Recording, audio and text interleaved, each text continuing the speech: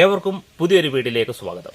ഇന്ന് നമുക്കിവിടെ ചെയ്യാൻ പോകുന്നത് ഒരു അടിപൊളി ബിരിയാണി ഉണ്ടാക്കണം. ബിരിയാണി എന്ന് പറയുമ്പോൾ കുക്കർ ബിരിയാണിയാണ്. അപ്പോൾ നമുക്കൊരു കുക്കർ മാത്രം നമുക്ക് വീട്ടിലുണ്ടെങ്കിൽ നമുക്ക് എളുപ്പത്തിൽ തന്നെ നമുക്ക് ഈ ബിരിയാണി നമുക്ക് ഉണ്ടാക്കിയെടുക്കാം. വെറും അരമണിക്കൂറിനുള്ളിൽ തന്നെ. പ്രത്യേകിച്ച് മലയാളികൾക്കൊക്കെ നമ്മൾ എവിടെയെങ്കിലുമൊക്കെ നമ്മൾ പോവുകയാണെങ്കിൽ നമ്മൾ ആദ്യം ചൂസ് ചെയ്തത് നമ്മൾ ഈ ബിരിയാണി ആയിരിക്കും. അപ്പോൾ അങ്ങനെ ബിരിയാണി നമുക്ക് എളുപ്പത്തിൽ വീട്ടിലുണ്ടാക്കിയാലും അതാണ് ഇവിടെ ചെയ്യാൻ പോകുന്നത്. അപ്പം നമുക്ക് വീഡിയോയിലേക്ക് കടക്കാം. നമുക്ക് ഇതിലേക്ക് വേണ്ടുന്ന കാര്യങ്ങൾ ആദ്യം നമുക്ക് പരിചയപ്പെടുത്താം. നമുക്ക് ഇവിടെ ഇഞ്ചിയും പിന്നെ വെളുത്തുള്ളിയും കൂടെ പേസ്റ്റ് ആക്കി വെച്ചിരിക്കുകയാണ്. പിന്നെ തക്കാളിക്ക് ചെറുതായിട്ട് സ്ലൈസ് ചെയ്ത് വെച്ചിട്ടുണ്ട്. പിന്നെ നമുക്ക് വേണ്ടുന്നത് കറിവേപ്പില, പിന്നെ ആവശ്യത്തിന് നെയ്യ് വെച്ചിട്ടുണ്ട്. പിന്നെ നമുക്ക് കുരുമുളക് പൊടിച്ചത്, പിന്നെ നമുക്ക് മല്ലിപ്പൊടി, ചിക്കൻ മസാല, മുളക് പൊടി ആവശ്യത്തിന് വെച്ചിട്ടുണ്ട്. പിന്നെ അതേപോലെ തന്നെ സവാള നമുക്ക് ചെറുതായിട്ട് അരിഞ്ഞ് വെച്ചിരിക്കുന്നു. പിന്നെ നമുക്ക് ഉള്ളത് അണ്ടിപ്പരിപ്പും കിസ്മിസും ഗരം മസാല എന്ന് പറയാൻ നമുക്ക് മറ്റേ മസാല പൊടിക്കാത്തത് ഫുള്ളായിട്ട് കിട്ടത്തില്ലേ. അപ്പോൾ അത് നമുക്ക് ഇത്രയും കാര്യങ്ങളാണ് നമുക്ക് എടുത്തു വെച്ചിരിക്കുന്നത്. പിന്നെ ഇത് കൂടാതെ ഇതിൻ്റെ അകത്ത് നമുക്കറിയാമല്ലോ, നമുക്ക് അത്യാവശ്യം നല്ല ക്വാളിറ്റിയുള്ള ബിരിയാണി റൈസും നമ്മൾ വെച്ചിട്ടുണ്ട്. അതേപോലെ തന്നെ ചിക്കനും നമുക്ക് വെച്ചിട്ടുണ്ട്. ഇത്രയും കാര്യങ്ങളുള്ള അഡീഷണൽ ആയിട്ട് വരുന്ന കാര്യങ്ങൾ. പിന്നെ നമുക്ക് ആവശ്യത്തിന് അതിന് ചേർക്കേണ്ട ഉപ്പ് നമുക്ക് അത് പാചകം ചെയ്യുമ്പോൾ നമുക്ക് ചേർക്കും.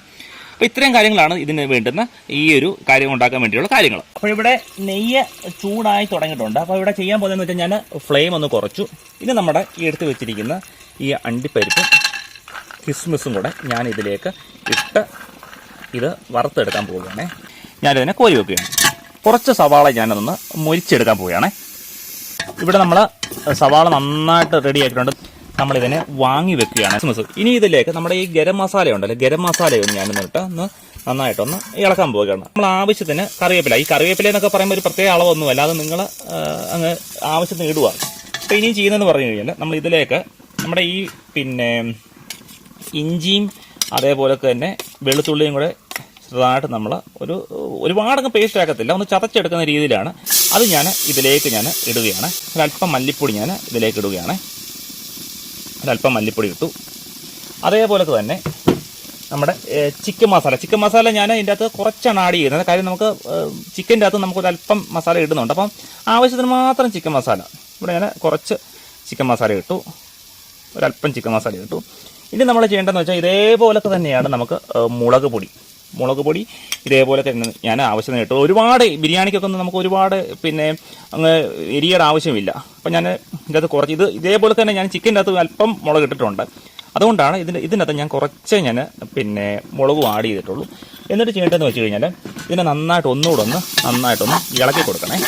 ഇനി ഇതിലേക്ക് നമ്മൾ ചെയ്യാൻ പോകുന്നത് നമ്മൾ ഈ സ്ലൈസായിട്ട് നമ്മൾ അരിഞ്ഞു വെച്ചിരിക്കുന്ന ഈ തക്കാളി ഉണ്ടല്ലോ, തക്കാളി ഞാൻ ഇതേപോലെ തന്നെ ഇടുകയാണ്. ഇനി നമ്മൾ ഇതിലേക്ക് ഒരല്പം കുരുമുളക് പൊടി ആഡ് ചെയ്തിട്ട് ഇതേപോലെ തന്നെ നമ്മളൊന്ന് ഇളക്കുകയാണ്. കാര്യം നമുക്ക് കുരുമുളക് പൊടി പിന്നെ നമ്മൾ ഇടുന്നുണ്ട്. അപ്പം നമ്മൾ ഇതുകൊണ്ടാണ് ഇതിനകത്തൊരല്പം ഞാൻ ഇടാൻ പറഞ്ഞത്. കാര്യം ഒരുപാട് നമുക്ക് എരിയുടെ ആവശ്യമില്ല. കുരുമുളക് ആണെങ്കിലും നമുക്ക് അതിൻ്റെ ഒരു എരി വരുമില്ല, നമുക്ക് അതിൻ്റെ ആവശ്യമില്ല. അപ്പോൾ ഞാൻ കുറച്ചിട്ടിട്ട് ഇതേപോലെ തന്നെ നന്നായിട്ടൊന്ന് ഇളക്കിയെടുക്കുകയാണ്. ഇനി നമ്മൾ ചെയ്യുന്നത് ബാക്കി നമ്മൾ വെച്ചിരിക്കുന്ന ഈ സവാള ഇതിലേക്ക് ഇട്ട് ഒന്ന് ഇതിൻ്റെ കൂട്ടത്തിലിട്ട് നമ്മൾ ചെയ്യുമെന്ന്. കാരണം എന്താ വെച്ചാൽ ഇത് നമുക്ക് ചിക്കന് വേണ്ടിയുള്ളതാണ്. ഞാൻ ചെയ്യുന്നതെന്ന് വെച്ചാൽ ഇതിൻ്റെ അകത്ത് ആവശ്യത്തിന് ഉപ്പ് ഇടുവാണ്.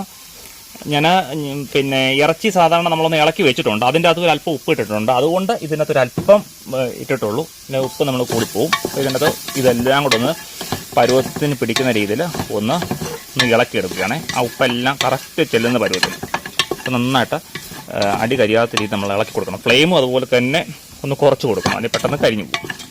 ഇനി നമ്മൾ ഇതിൻ്റെ അകത്ത് ഒരല്പം മഞ്ഞൾപ്പൊടി, ഒരല്പമേ ഇടാവും. കാര്യം എന്ന് പറഞ്ഞു കഴിഞ്ഞാൽ ഇറച്ചി ഇളക്കിയതിൻ്റെ അകത്ത് നമുക്കൊരല്പം മഞ്ഞൾപ്പൊടി ചേർത്തിട്ടുണ്ട്. അപ്പം ഞാനൊരു സ്വല്പമേ മഞ്ഞൾപ്പൊടി ഇതിൻ്റെ അകത്ത് ചേർത്തിട്ടുള്ളൂ. എന്നിട്ട് ഇതിനെ ഒന്ന് ഇതേപോലെ തന്നെ ഒന്ന് വഴറ്റിയെടുക്കുക. ഒരുപാട് ഇടരുത്, സ്വല്പമായിട്ട് ഇടാവും. നമ്മൾ ചെയ്യാൻ പോകുന്നതെന്ന് പറഞ്ഞാൽ ഇതിലൊക്കെ ഈ ചിക്കൻ എന്ന് പറഞ്ഞത് ഞാൻ ഏകദേശം ഒരു അരമണിക്കൂർ മുമ്പ് റെഡിയാക്കി വെച്ചിരിക്കുന്നത്.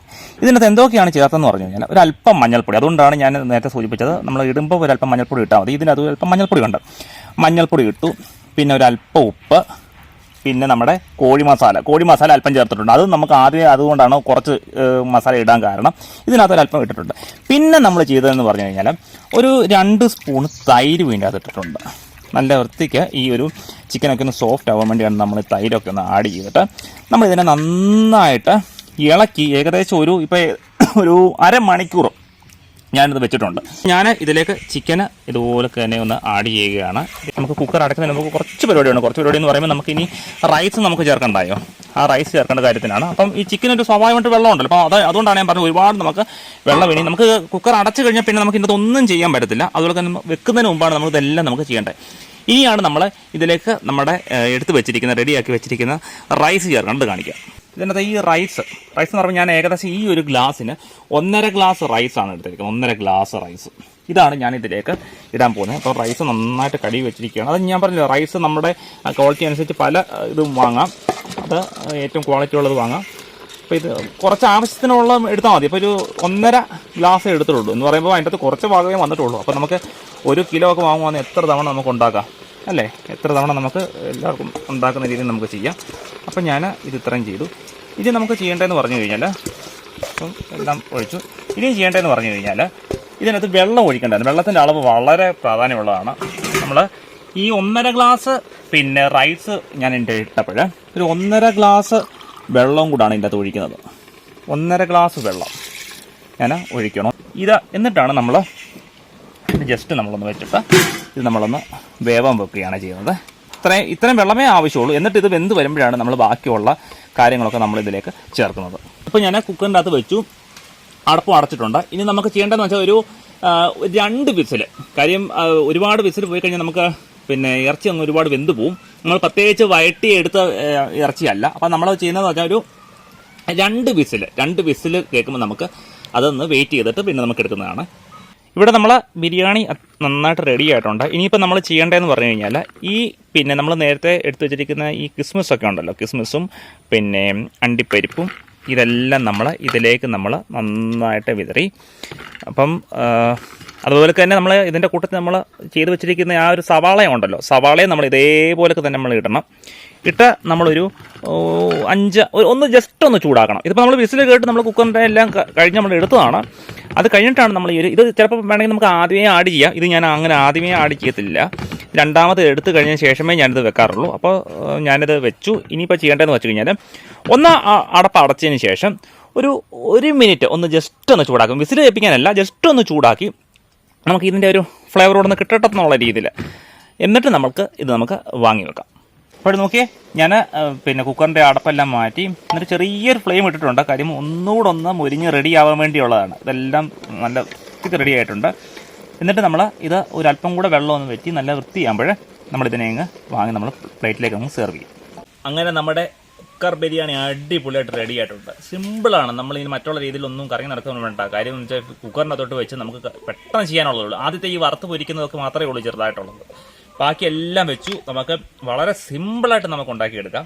അതേപോലെ തന്നെ അതിൻ്റെ ഒരു മണം നമുക്ക് സാധാരണ നമുക്ക് എങ്ങനെയാണോ ബിരിയാണി ചെയ്യുന്നത് അതേപോലെ തന്നെ അതിൻ്റെ ഫ്ലേവറുകളെല്ലാം നമുക്ക് അതുപോലെ കിട്ടുന്നുണ്ട്.